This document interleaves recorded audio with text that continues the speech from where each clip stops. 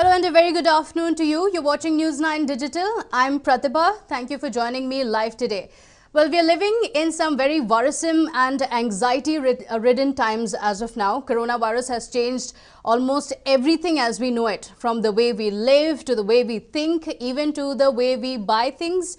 Obviously, 2020 did not start off on a very prosperous note, and more than halfway through the year, we still don't really know when the pandemic is going to help. The global economy is in complete disarray, and various sectors have also seen the kind of impact that it will take quite a few decades to even get back to the pre-COVID era. Sectors like tourism, supply chains and hospitality businesses are the worst affected. And the current outbreak of coronavirus also poses a number of challenges for brands. But there is a change, of course, as we're seeing in consumer behavior as well, as people are now taking protective action against the virus. And that comes at a cost as well. It is having quite an immense social as well as economic impact. But you know what they say, with every calamity, it can also be an opportunity. It could be a disaster as well. While we have seen thousands of businesses that have shut shop permanently, there are also many more that are seeing a boom that is perhaps something that they themselves did not anticipate before the pandemic started. To speak to us more about it, Harish Bijoor, brand guru as well as founder, Harish Bijoor Consults, joins us live. Thank you so much for joining us, Mr. Harish Bijoor. You know, on one hand, people are more cautious now, and because of the financial insecurity, spending power has decreased as well. But on the other hand, you know, the lockdown and pandemic has also given a golden opportunity for brands to engage with the consumers, because people were sitting at home glued to their television sets as well as mobile phones. You know, what are the kind of changes you've seen and the impact that it has had on brands as such? Yes, Pratibha. In fact, every opportunity, every pandemic or every disaster has both an opportunity and a loss. The loss all of us are very familiar with. Yeah. But what are the opportunities? I think, you know, if you really look into the future, we are really talking about new businesses emerging from the ashes of the old. Okay. Which means to say that, look at restaurants. I think restaurants are decimated. Restaurant business is decimated. And out of the ashes of the old restaurant format emerged the new restaurant format.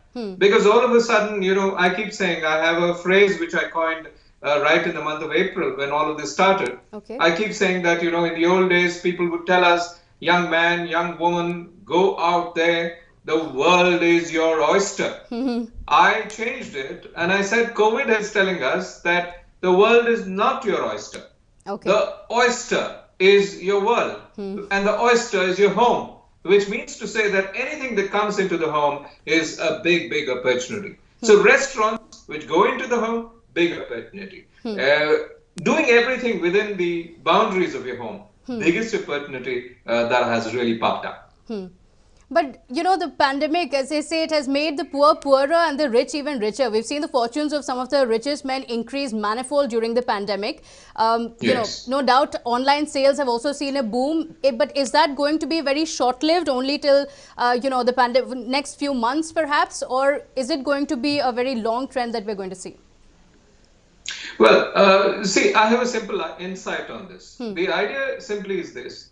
There are two kinds of businesses in the world of business. Okay. One is a physical business and the second is a digital business. Please note that physical businesses have got decimated.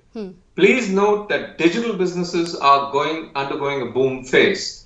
So what is the meaning of all this? It simply means to say that every business needs to have, every physical business needs to have a digital avatar. Okay. Which means to say it's a yin and a yang. You have to have both. So is it going to be long term? I do believe it's going to be long term because the pandemic itself is a long term event. Let's say the pandemic continues, you know, God forbid, for the next 18 months. 18 months is a long period of time. We cannot live the way we lived during the lockdown. So we are all going to come out. So we're going to adapt and adopt to the new lifestyle. As we do, it simply means to say that impact is going to be long term. One simple solution. Every physical business needs to have digital avatar. Every physical human being needs to have a digital avatar. Because please note, the digital divide is real now. There's something called a physical business which is depressed. There's something called digital business, which is really on the boom. Which means to say that we are going to divide society. That's happening. I mean, whether you want it or I, society is getting divided into two. There is the physical poor and the digital rich. We need to think about that. Right. But also, Mr. Harish Bijoor, on one hand, as much as we advertise or as much as there is a digital push as well, and I think this is something you said as well, fear still rules the minds of the consumer. So even with a lot of advertising going in, do you really see it have an impact on the consumers, or do you think consumers are still going in for only the things that they need? So it's just need-based purchases that they're doing as of now.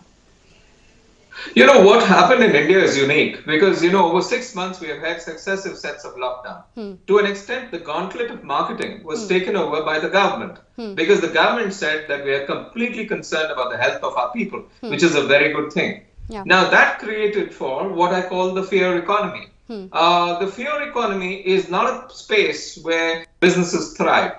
Businesses thrive in a celebratory economy. Yeah. So the celebratory economy got suppressed. The fear economy is what we are living through at this point of time. How are we going to solve it? I think we need to bring market mojo back. Okay. How do you bring market mojo back? I think the celebratory form of the economy needs to be back. Okay. Fortunately for us, if you look ahead, 2 or 3 things are happening. One is the fact that the festival season is coming by. Yeah. So marketers are all excited that, festivals always enthuse purchases. And guess what? A lot of people have got money in their homes but haven't had opportunities to spend it. So that money is going to come out. Okay. The second opportunity is that we have this big religion in India called cricket. And IPL 2020 is just about happening. Cricket is back again in the mindset of people. Cricket is escapism. There's a kind of escapism which it creates for. It's going to create a positive mood. So what we need is positive mood creation. Cricket is going to do it. Festival time is going to do it. And guess what? One other thing that's going to do it is e-commerce sales. Because e-commerce is going to be big business all of a sudden. All the sales are going to come up now. And you will suddenly see people buying a lot. Absolutely. And to an extent, sadly, buying is therapy. Yeah, and for a long time, people have been locked up in homes. Now, finally, when the economy is opening up, a lot of people would also want to splurge because it's been several months since they actually went out and shopped. So that's going to be a factor as well. But, a new study by a Japanese beauty retail company, iStyle, has also found that consumer buying has also changed. And now it is influenced by the brands that are, advocating social causes. So do you see a change in consumer behavior, perhaps bring more conscious to the, being more conscious of the environment? And for those who are less fortunate and having new priorities really when it comes to buying? Sadly, underlined 3 times, highlighted, no. Not in India. Okay. This certainly could be possible in Japan because there are several types of countries. One type of country is called the supra-developed country, and Japan is a supra-developed. Then there's a developed country, the United States. Then there's the developing nation, which is India, and then there is the underdeveloped nation. If you really look at these 4, India is still a developing nation. Within the developing nation context, we are not self-actualizing as consumers. We are not self-actualizing as marketers as well. Okay. So sadly, I don't think this is happening. The pandemic has not taught us anything at all. It looks like business as usual. Okay, so Sad, in some places it might have changed, but not in India. But lastly, I want to ask you, you spoke about festivities being a factor and the fact that we've had months of lockdown as well. But do you see buying and, consumerism going back to how it was in pre-COVID era anytime soon? Do you see that happening in the coming months, or you think that's possible only perhaps if we have the vaccine, which could be several months away? I think buying is not going to go back on its own volition to the way it used to be. Okay. But marketers can really create those nudges, which will actually create for people to really behave like they used to behave in the past. I think that's a possibility. But I still think the market is going to take its own time to recover, and I give it 12, 13, 14, 15 months. Okay, so your advice to the brands is to really go in for the digital push and wait it out. Absolutely. Okay. Absolutely. Okay. All right. Mr. Harish Bijoor, many thanks for joining us live with your expertise on the subject.